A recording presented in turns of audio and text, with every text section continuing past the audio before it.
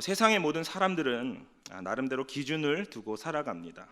그런데 그 기준이요, 법의 테두리 안에서 이루어지는 경우가 굉장히 많습니다.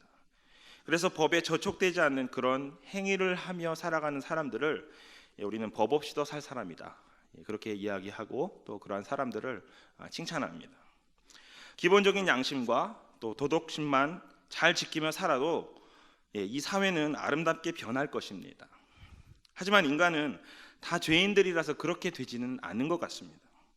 어떻게 하든지 간에 그 법의 테두리에서 말을 정말 교묘하게 바꾸면서 요리조리 피하는 모습의 사람들을 보게 됩니다.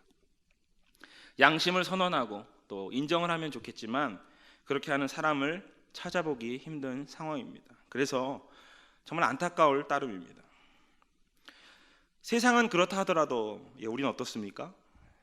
저와 여러분들의 기준은 무엇입니까?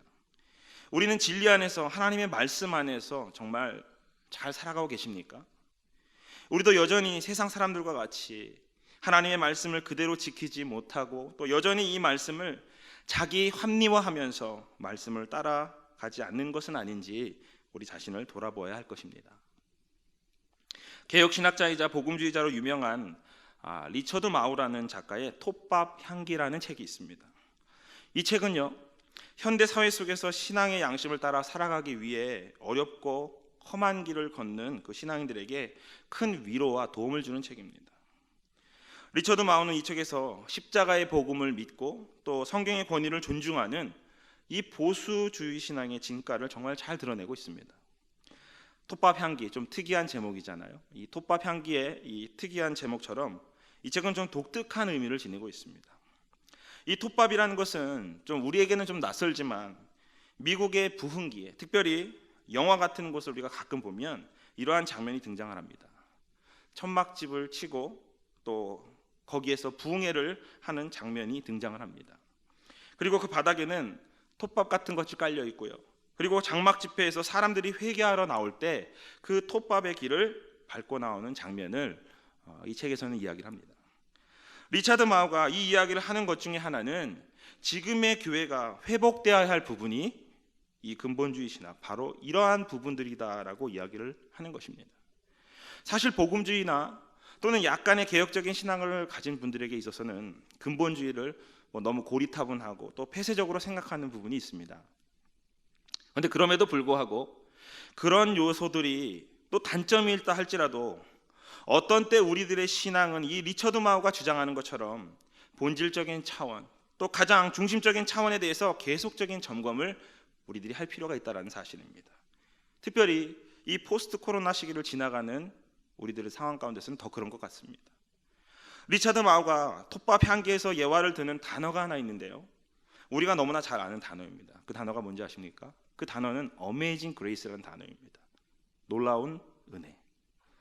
우리들도 놀라운 은혜라고 저희 예배당에서 많은 찬양을 했던 그 기억이 나는데요, 우리 어르신들이 잘 아는 나 같은 죄인 살리신, 그것이 찬양의 제목이 Amazing Grace입니다.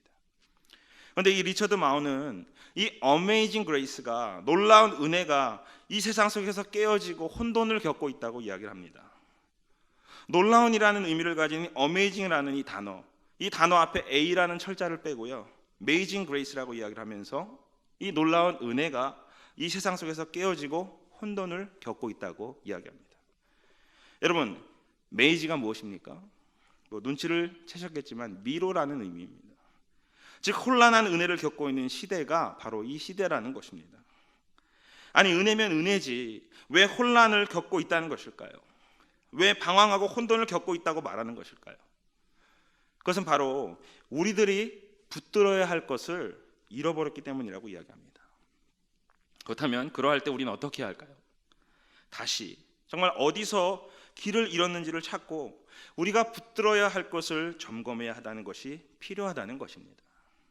사랑하는 여러분, 길을 찾는 방법 중에서 제일 먼저 해야 할 것이 무엇인지 아십니까?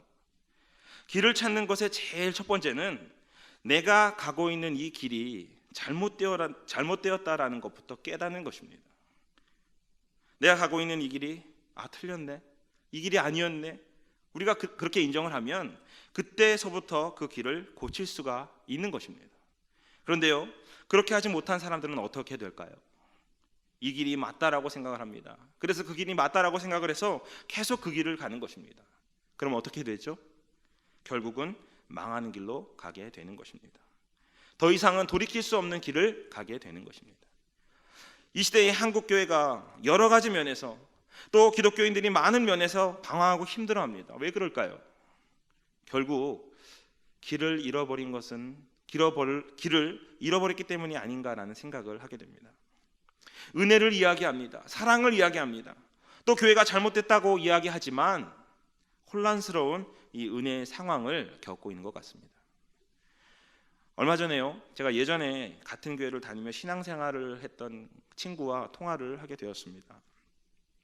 학창 시절에는 친구들이 좋아서 그랬는지는 모르겠지만 그때는 정말 교회를 잘 다녔다가 저는 이제 신학교를 가고 그 친구는 사회생활을 시작하고 나서는 교회를 점점 멀리해서 지금은 신앙생활을 하지 않는 친구입니다. 하도 교회를 가지 않아서 가끔 정말 어쩌다 한번 연락을 하고 이렇게 하는데요, 통화가 끝날 때쯤 되어서 제가 이런 이야기를 했습니다. 친구야, 빨리 교회를 나가기를 바래. 그렇게 이야기를 했습니다. 이 이야기를 했더니 친구가 잠시 있다가 이런 이야기를 합니다. 하나님이 어디든 계시지? 맞지? 어디든 계시니까 온 세상이 교회잖아. 이렇게 이야기를 하는 겁니다. 그 얘기를 들으면서 이런 생각이 들더라고요. 조금 이상하게 들릴지 모르겠지만 온 세상이 교회라는 이 이야기는 내가 결혼했으면 어때? 세상의 모든 남자가, 세상의 모든 여자가 다 내 남편과 같다, 내 아내와 같다라는 이야기와 같을 수도 있습니다. 여러분, 이게 사랑일까요? 그것은 사랑이 아닙니다. 유형적인 교회, 건물을 가리키는 그 교회를 의미하는 것은 아니지만 진정으로 우리 모두가 주님을 만날 때 있어서 엉뚱한 곳에 가서 그 주님을 찾고 있다고 한다면 우리는 그것의 문제를 깨달아야 한다는 사실입니다. 오늘 본문을 보게 되면 바로 그러한 모습들이 등장을 합니다. 오늘 저와 여러분들이 함께 합독한 이 요한이서 1장 1절부터 6절의 말씀을 살펴보게 되면 반복되는 단어들이 있다는 것을 우리가 발견하게 됩니다. 유독 눈에 띄는 세 개의 단어가 있습니다. 무슨 단어일까요? 제일 먼저 등장하는 단어가 뭘까요? 요한하면 떠오르는 단어가 있죠. 사랑입니다. 본문 1절에 사랑이라는 말이 등장을 하고요, 본문 3절에도 사랑이라는 단어가 등장을 하고요, 또 5절에서 6절에서 사랑이라는 단어가 등장을 합니다. 또 무슨 단어가 등장하죠?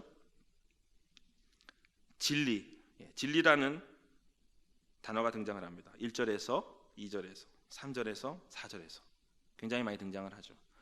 또 많이 등장하는 단어가 뭘까요? 하나가 더 있습니다. 우리 4절 한번 보겠습니다. 4절에 계명이라는 단어가 등장을 하고요, 5절에서도 계명이라는 말이 등장을 하고, 또 6절에는 계명이라는 단어가 2번이나 반복되어 있습니다. 사람들은 가끔씩 교회가 사랑이 없고 분열되어 있고 갈등을 겪고 있다고 이야기를 합니다. 하지만 무조건 사랑하는 것이 방향은 아닐 것입니다. 왜냐하면 무엇을 사랑하고 있느냐라는 것이 중요하기 때문입니다. 앞에서 잠시 이야기를 드렸지만 내가 사랑을 한다라고 이야기하면서 나의 아내가 아니라 옆집 아줌마를 사랑한다면 그것은 분명히 잘못된 것입니다. 그것은 사랑이 아닙니다. 그것을 우리는 잘못된 사랑이라고 이야기를 합니다. 어긋난 사랑이라고 이야기를 합니다. 또 내 자녀보다도 다른 자녀를 사랑한다면 그건 역시 정상적인 사랑이 아닙니다. 나빌 쿠레시가 쓴 알라를 찾다가 예수를 만나다라는 그 책에 보면 이슬람에 대해서 우리가 전반적인 이해를 할 수가 있는데요, 이 나빌 쿠레시는 무슬림이었습니다. 그런데 그리스도인이 된 사람입니다. 그는 그의 저서에서 이슬람교는 유대교와 마찬가지로 유일 절대자로서 인격적인 신, 그들이 말하는 알라죠. 그 알라를 믿음으로 시작하기 때문에 이슬람의 신앙과 유대인의 신앙의 뿌리를 하나의 신앙으로 본다고 이야기를 합니다. 이슬람교에서는요. 근데 문제는 이슬람 쪽에서 믿고 있는 하나님은 어떤 하나님이십니까? 왜곡되어진 하나님입니다. 그러면 우리가 하나님을 사랑한다라고 했을 때에 하나님의 입장 속에서 그 하나님께서는요 굉장히 불쾌하실 수밖에 없는 것입니다. 그리고 그 사랑을 인정하지 않을 수밖에 없는 것입니다. 그럼 사랑을 하되 우리가 어떻게 할까요? 그 사랑이 올바른 사랑이 되어야 합니다. 즉 바른 진리를 추구하며 올바른 사랑으로 우리가 사랑을 해야 된다는 사실입니다.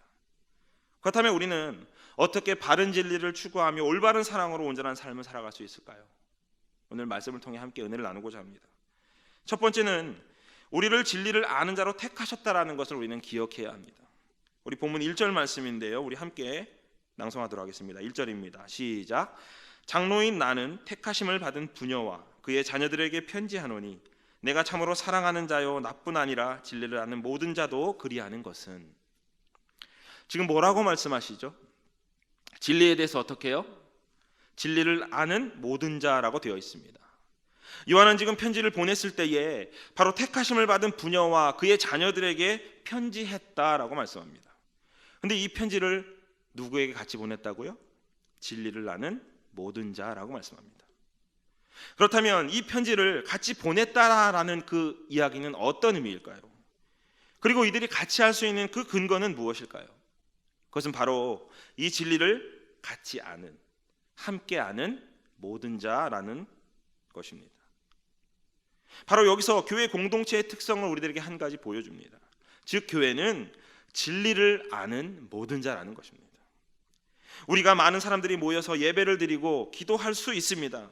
하지만 그 진리에 대해서 동의하지 않고 진리에 대해서 알지 못한다라고 한다면 그들이 같이 예배를 드리고 있다라고 해서 그가 같은 공동체라고 이야기할 수 있습니까? 없다라는 것입니다. 특별히 오늘 본문 1절은 좀 더 우리가 주목할 만한 내용이 나오는데요, 본문 1절을 다시 한번 보시면요, 본문 1절에 장로인 나는 택하심을 받은 부녀와 그의 자녀들에게 편지하노니라고 되어 있습니다. 여기서 왜 하필이면 부녀라고 이야기했을까요? 여러분들은 왜 그랬다고 생각을 하십니까?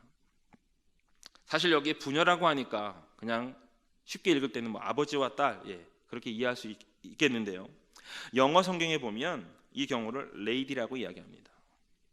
그렇다면 무슨 말이에요? 여자에게 보냈다라는 것입니다. 그렇다면 남자에게 이 편지를 보내지 않아도 된다는 이야기일까요? 뭘까요? 물론 실제로 여성들에게 초점을 맞추어서 보낼 수도 있겠지만 여기서 이야기하는 것은 바로 부녀가 교회 공동체를 의미한다라고 보는 것이 훨씬 더 편합니다. 성경 속에서 가끔 교회를 하나님의 예수 그리스도의 신부라고 하는 표현을 씁니다. 그 여성성을 이야기합니다. 그렇다면 여기서 택하심을 받은 부녀라고 이야기했을 때 여기서의 의미는 중의적인 의미가 되겠지만 교회 공동체 그리고 그 교회 공동체에 속한 자녀들, 즉 무엇입니까? 구성원들, 지체들, 그것을 의미한다라고 보는 것이 타당할 것입니다. 그럼 여기서 부녀와 자녀들을 교회 공동체로 그리고 표현을 했다라면 이 교회 공동체는 무엇일까요?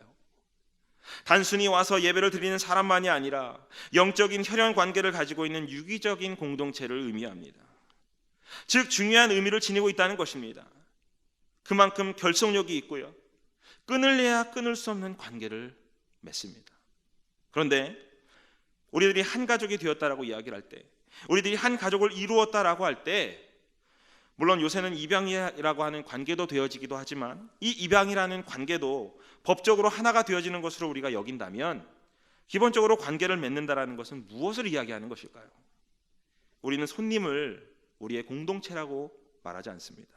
그런 사람들은 대부분 객이 되어버립니다. 본문은 부녀와 자녀들이라고 이야기하면서 앞에 하나가 더 붙습니다. 뭐라고 나오죠? 택하심을 받은 부녀라고 되어 있습니다. 택하심을 받은 부녀. 그럼 이것이 무엇일까요? 그냥 공동체가, 그 교회 공동체가 그냥 이루어지는 것이 아니라 하나님의 택하심을 받은, 바로 하나님의 선택에 의해 구원받은 자녀들의 공동체라는 것입니다. 그러한 공동체이기 때문에 이 본문 속에서 이야기하는 것은 바로 이들이 진리를 안다는 것입니다. 이들이 진리를 안다는 것입니다. 우리가 진리를 안다는 것은 단순히 설교 말씀을 듣고 성경 공부를 한다는 그것을 더 넘어섭니다. 물론 성경 말씀을 알아야 합니다.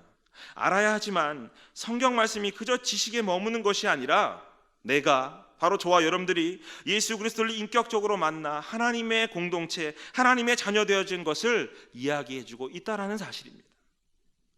그런 측면에서 우리는 이 부분을 너무나 잊어버리고 있는 것인지 모르겠습니다. 만일 이것을 우리가 알고 있다라고 한다면 교회 공동체는 더욱더 결속력이 있어야 되고 그 공동체 속에서 나눔은 더욱더 끈끈해야 합니다. 여러분, 우리 가족일 때, 내 자녀일 때 우리는 뭐라고 이야기를 하죠? 뭐라고 이야기를 합니까? 다른 가족에 비해서 우리 가족에게 더 주고 싶은 것을 주고 또 바라보고 또 제대로 보지 못할 때, 이 코로나 같은 이러한 상황일 때 더 보고 싶은 마음이 간절합니다. 영적인 관계도 역시 마찬가지라는 사실입니다. 특별히 오늘 본문이 말하는 공동체는 여기서 나온 것처럼 진리를 아는 모든 자입니다. 교회가, 믿음의 공동체가 메이징 그레이스, 혼란의 은혜가 되어버리는 많은 이유 중에 하나는 바로 우리들이 속해 있는 이 공동체가 진리를 아는 자라는 이 사실을 잊어버리기 때문에 그렇습니다. 수많은 교회에서 목사님들이 이런 이야기를 합니다. 아니 1년에 몇 차례씩 설교 시간을 통해서 수도 없이 복음에 대한 강조와 선포가 이루어져야 된다, 이런 이야기를 합니다. 왜죠? 그것이 중심이고 또 그것이 뿌리이기 때문에 그렇습니다. 저는 우리 모두가 그러한 신앙을 회복하시기를 바랍니다. 아무리 길을 잃고 멀리 떠나 있어도 내가 가야 할 곳이 어디인지를 분명하게 알고 내 중심이 어디인지를 분명하게 아는 사람은 결코 길을 잃어버리지 않습니다. 다시 찾아갈 수 있습니다. 그러나 많은 신앙인들이 그것을 잊어버리기 때문에 주의 말씀에 대한 열심과 그 뜨거움을 잃어버리게 되는 것입니다. 저 여러분들 모두가 정말 그리스도 안에서 우리를 택하신 하나님의 사랑 안에서 은혜를 베푸신 하나님의 영광을 위해 날마다 최선을 다하는 자들 되실 수 있기를 주님의 이름으로 축원합니다. 본문 2절은 또 우리들에게 또 다른 모습을 좀 보여주는데요. 우리 2절 말씀입니다. 우리 안에 거하여 영원히 우리와 함께할 진리로 말미암음이로다. 제가 조금 전에요, 본문 1절에서 마지막 부분에 하반절에 진리를 아는 모든 자도 그리하는 것은 이렇게 이야기하고는 뭐라고 이야기하죠? 진리를 이야기를 하는데 이 진리가 어떻다고요? 2절 말씀이죠. 우리 안에 거하여 영원히 우리와 함께할 진리. 즉 반복되어져서 이야기를 합니다. 우리 안에 거하여 영원히 우리와 함께할 진리. 무슨 이야기일까요? 이 진리를 항상 마음에 두고 붙들어야 한다는 것입니다. 그런데 언제까지? 영원이라고 말씀합니다. 만일 그것을 잃어버린다고 한다면 교회는 그 중심성을 잃어버리는 것입니다. 교회의 가치를 잃어버린 것이고 성도의 가치를 잃어버린 것입니다. 여러분, 우리가요 알츠하이머를 겪는 그 환자를 만날 때 그분들을 만나면서 안타까운 마음이 있습니다. 근데 그 안타까운 마음이 무엇이죠? 많은 사람들이 안타까워하는 이유를 한번 이렇게 알아보니까 그 사람과 나와의 관계를 잃어버리기 때문에 그렇습니다. 부모가 자식을 기억 못합니다. 근데 지금의 교회들은 그러한 모습을 잃어버리는 것 같습니다. 성도들도 그러한 것 같습니다. 이러한 이야기를 하면 많은 분들이 이렇게 이야기를 합니다. 네, 저도 압니다. 복음이 중요하다는 것을 저도 압니다. 그런데요, 안다는 것하고 그것을 중요하다고 여기는 것은요 다르다는 사실입니다. 우리가 그것을 영원히 붙들며 함께하고 있다라는 것을 붙들고 나아갈 때 그것이 진정한 동행이라는 사실을 기억하실 수 있기를 주님의 이름으로 부탁을 드립니다. 저는 우리 모두가 그것을 품고 사실 수 있기를 소망합니다. 예전에 제가 청소년 시절 때에 제가 뭐 생긴 거는 좀 이렇지만 액세서리 이런 거 좋아해요. 그래서 뭐 이렇게 십자가 같은 것을 들고 다닌 적이 있습니다. 근데 뭐 이런 막 무식한 십자가 말고요, 나무 목걸이 십자가 이런 거 그때 유행을 했었습니다. 물론 이것이 유형화되어지고 또 우상화되어지면 문제가 있지만 그것을 가지고 다니는 것은 내 자신이 어떤 자인지를 깨닫기 위함이었습니다. 또 대학교 때는 가방을 분명히 맸습니다. 가방을 메고도 성경책을 좀 이렇게 들고 다녔던 적이 있어요. 그 이유는 나의 정체성을 회복하기 위함이었습니다. 깨닫기 위함이었습니다. 저는 우리 성도님들이 여러 가지 방법으로 그러한 회복과 또 그러한 각성을 계속해서 이루어 나가실 수 있기를 주님의 이름으로 부탁을 드립니다. 그것을 붙드는 사람은요 다릅니다. 아니, 달라지게 되어 있습니다. 우리가 가끔 차에다 이 물고기 표시를 달고 또 십자가를 걸고 다니는 사람들에게 이러한 말을 할 때가 있지 않습니까? 저도 그런 말을 했는데요. 저 사람 저런 거 붙이고 다니지 좀 말지. 과속하고 끼어들기 하다가 보게 되면 더 창피한 거 아니야? 이런 이야기를 저도 했고 저도 들어보았습니다. 하지만 어떤 면에서는 우리는 그들만큼 그 깨달음조차도 하지 않을 때가 있다라는 것입니다. 우리에게 깨달음이 필요합니다. 바로 교회 공동체는 이 진리를 붙드는 것에서부터 시작이 되어야 합니다. 우리를 복음의 진리를 아는 자로 택하신 그분과 함께 이 땅에서 사람들에게 진정한 관계가 무엇이며 또 다가올 하나님 나라가 어떤 것인지를 분명히 증거할 수 있는 믿음의 복된 자가 되실 수 있기를 주님의 이름으로 축원합니다. 두 번째로, 우리가 바른 진리를 추구하며 올바른 사랑으로 또 온전한 삶을 위해 살아가기 위해서는 우리의 기쁨은 영적 성숙을 위해 사는 것이 되어야 합니다. 우리 본문 4절 말씀인데요, 우리 함께 합독하도록 하겠습니다. 4절입니다. 시작. 너희 자녀들 중에 우리가 아버지께 받은 계명대로 진리를 행하는 자를 내가 보니 심히 기쁘도다. 여기서 이제 진리와 계명을 함께 연결시키고 있습니다. 4절에 이렇게 말씀했잖아요. 우리가 아버지께 받은 계명대로 진리를 행하는 자를 내가 보니 심히 기쁘도다라고 말씀합니다. 앞서 사랑하는 자 또는 기뻐하는 자라는 그 표현들은요, 바로 여기에서 기초를 합니다. 사랑하는 여러분, 진정으로 그 계명과 진리를 중요하게 여기는 사람들은 어떤 사람들일까요? 그 진리의 말씀을 머릿속에만 두는 사람이 아니라 그 진리의 말씀을 살아가는 사람입니다. 살아내는 자들일 것입니다. 특별히 그 진리를 행할 때 원칙이라는 것이 있습니다. 즉 계명이 있다는 것입니다. 본문에서는 계명대로라고 말씀하죠. 그런데 이 계명이라는 것이 무엇입니까? 하나님이 우리에게 주신 법칙입니다. 우리는 그 법칙대로 행하는 것입니다. 요한복음 12장 26절에 보면 이렇게 말씀합니다. 사람이 나를 섬기려면 나를 따르라. 나 있는 곳에 나를 섬기는 자도 거기 있으리니 사람이 나를 섬기면 내 아버지께서 그를 귀히 여기시리라. 사랑하는 여러분, 섬기려면 나를 따르라. 너무 당연한 것 아닙니까? 그런데 당연한 것을 이렇게 말씀하시는 의미가 무엇일까요? 우리가 사람을 접대할 때 제일 필요한 것은요, 그 사람이 무엇을 좋아하는지를 알고 또 그 사람이 무엇을 바라는지를 알고 접대하는 것일 것입니다. 그 사람이 싫어하는 음식이 있다고 하면 싫어하는 것을 피해서 주어야 할 것입니다.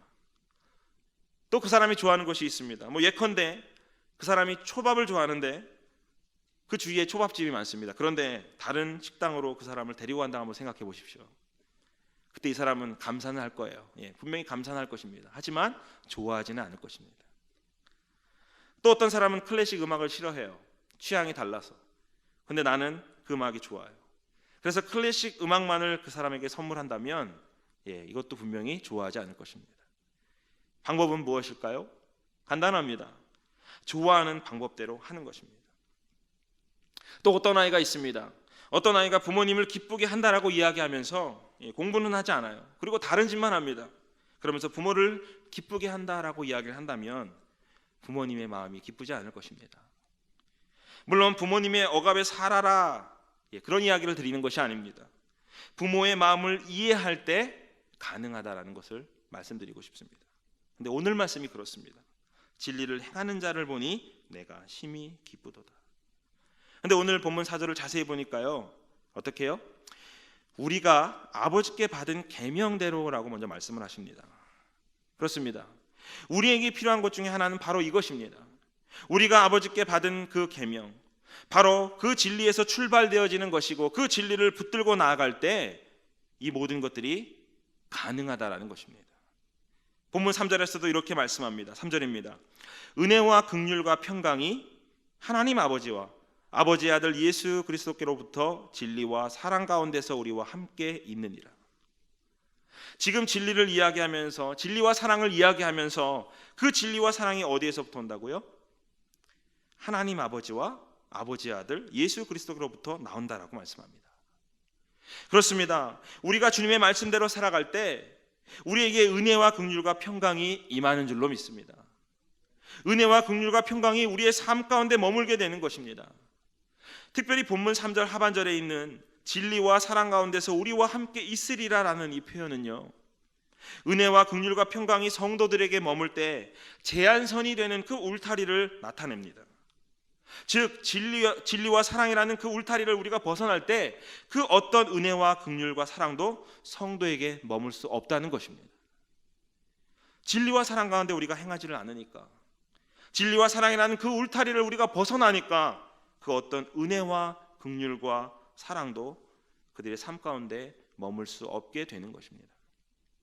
다시 말해서 이런 것입니다. 우리가 엉뚱한 곳에 가서 자꾸만 다른 것을 찾는 것입니다. 은혜와 긍휼과 평강이 있기를 바란다고 이야기를 합니다. 하지만 그 이야기를 하면서 엉뚱한 곳에서 하나님을 찾고 엉뚱한 곳에서 평안을 누리려고 한다면 그 평안은요, 지속적일 수 없다는 것입니다. 그러기에 본문은 다시 이야기를 합니다. 본문 4절입니다. 우리가 아버지께 받은 계명대로 진리를 행하는 자를 내가 보니 심히 기쁘도다. 아멘. 저 사람들 모두가 그리스도의 진리를 따라 살아감으로써 그 진리 안에서 흔들림 없이 하나님이 기뻐하시는 그 믿음의 열매를 맺어갈 수 있게 되시기를 주님의 이름으로 축원합니다. 근데 여기에서 또 중요한 또 힌트가 있습니다. 우리가 좀 계명하면요, 좀 힘들고 그걸 부담스러워합니다. 근데 오늘 본문을 보게 되면 그 계명의 독특성이 하나 또 등장을 합니다. 우리 본문 5절과 6절 말씀인데요, 우리 두 절이지만 함께 합독해 보도록 하겠습니다. 5절 말씀 먼저 낭송합니다. 시작. 부녀여, 내가 이제 내게 구하노니 서로 사랑하자. 이는 새 계명같이 내게 쓰는 것이 아니요 처음부터 우리가 가진 것이라. 또 사랑은 이것이니 우리가 그 계명을 따라 행하는 것이요 계명은 이것이니 너희가 처음부터 들은 바와 같이 그 가운데서 행하리라 하심이라. 아멘. 지금 여기서 계명은 무엇일까요? 지금 본문 읽은 이 부분에서 계명은 무엇일까요? 하나님께서 우리에게 주시는 계명이 있습니다. 계명이 있는데 지금 뭐라고 말씀하시죠? 본문 5절에 보면 서로 사랑하자라는 것입니다. 또 본문 6절에 보면 사랑은 이것이니 우리가 그 계명을 따라 행하는 것이요 라고 말씀합니다. 즉 사랑은 계명을 따라 행하는 것이다 라고 말씀합니다. 그렇습니다. 세 번째인 우리가 바른 진리를 추구하며 올바른 사랑으로 정말 온전한 삶을 살아가기 위해서는 세 번째로 하나님의 계명을 우리가 그대로 실천하여서 하나님의 사랑을 나타나는 자가 되어야 한다는 사실입니다. 사랑하는 여러분, 여러분들에게 다시 한번 질문하겠습니다. 사랑이 뭐라고요? 사랑이요? 네, 주의 말씀대로 사랑하며 사는 것입니다. 주님의 계명은 어려운 것이 아닙니다. 주님께서 우리에게 주신 사랑, 주님께서 우리에게 주신 그 은혜도 바로 그런 것입니다. 우리가 Amazing Grace, 이 Amazing Grace라고 이야기를 할 때 그 찬송의 가사가 어떻게 되어집니까? 한번 가사를 한번 머릿속에 한번 떠올려 보십시오. 어떻게 되죠? 나 같은 죄인 살리신, 나 같은 죄인 살리신입니다. 그 죄인을 살리셨다고 하는데 왜 살리셨나요? 주님께서 나를 사랑하셨기 때문에 그렇습니다. 그것이 바로 진리라는 것입니다. 사랑하셨기 때문에 나를 구원하셨습니다. 사랑하셨기 때문에 우리 모두를 구원하셨습니다. 나를 위해 우리를 위해 죽으셨습니다. 나를 위해 우리를 위해 십자가를 지셨습니다. 왜요? 사랑하니까.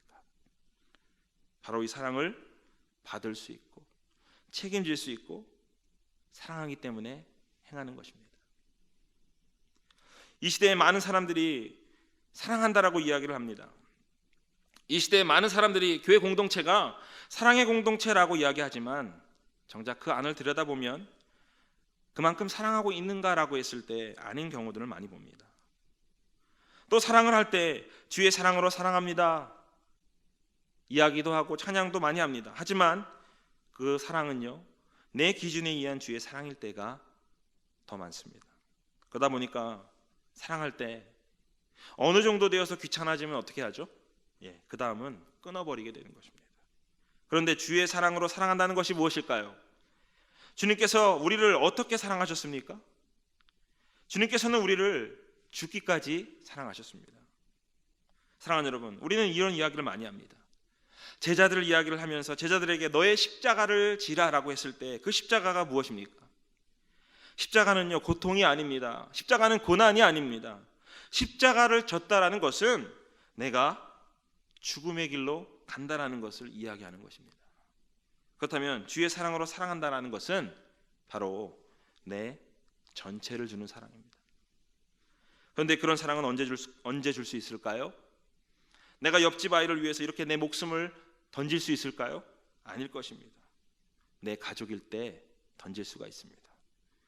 물론 요즘은 자기 가족을 위해서도 목숨을 안 던지는 사람도 있고, 또 정말 좋은 사람은 잘 모르는 사람을 위해서도 자기 자신을 던지는 경우가 있습니다.